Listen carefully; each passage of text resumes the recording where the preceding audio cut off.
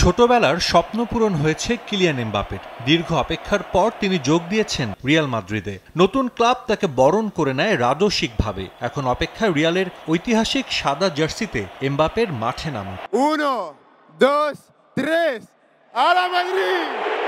Euro চ্যাম্পিয়নশিপের পর বিশ্রাম কাটিয়ে মাঠে ফিরেছেন এমবাপে। রিয়ালের প্রাক মৌসুম সফরে না থাকলেও যোগ দিয়েছেন অনুশীলনে। বিশ্বের কোটি মাদ্রিদিস্ত সমর্থক অপেক্ষায় মাঠে একসঙ্গে ভিনি, এমবাপে, বেলিংহ্যামদের দেখতে। বুধবার রাতে ইউএফা সুপার কাপের ম্যাচ। পোল্যান্ডের ওয়ারশতে ইউরোপের সবচেয়ে সফল ক্লাবটির প্রতিপক্ষ আটালান্টা। ধারণা করা হচ্ছিল সে ম্যাচে এমবাপের সঙ্গে অভিষেক হবে ব্রাজিলিয়ান সেনসেশন এনরিকেরও। তবে আপাতত অপেক্ষাটা আরও কিছুদিন বাড়ছে সমর্থকদের।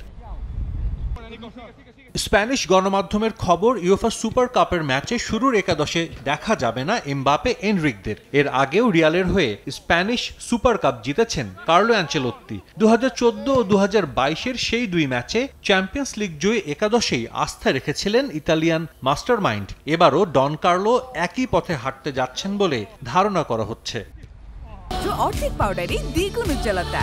নতুন রিন অ্যাডভান্সড অর্ধেক পাউডারে দ্বিগুণ উজ্জ্বলতা।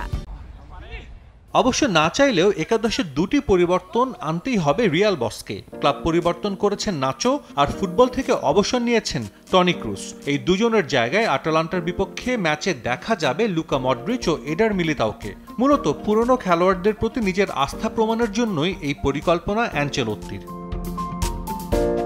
অবশ্য কিছু মাধ্যমে এমন খবরও এসেছে শুরুর একাদশে না থাকলেও হয়তো বদলি হিসেবে দেখা যাবে এমবাপে ও এনরিককে। শেষ পর্যন্ত সেটা সত্যি হয় কিনা তা হয়তো সময়ই বলে দেবে। সুপার কাপে না থাকলেও রিয়ালের জার্সিতে মাঠে নামতে হয়তো বেশি দিন অপেক্ষা করতে হবে না রিয়ালের দুই নতুন সাইনিংকে। আগামী রোববার স্প্যানিশ লা লিগায় রিয়াল মায়োর্কার মুখোমুখি হবে মাদ্রিদ। সে ম্যাচেও হতে পারে তাদের অভিষেক। সাজিদ মুস্তাহিদ, সময় সংবাদ।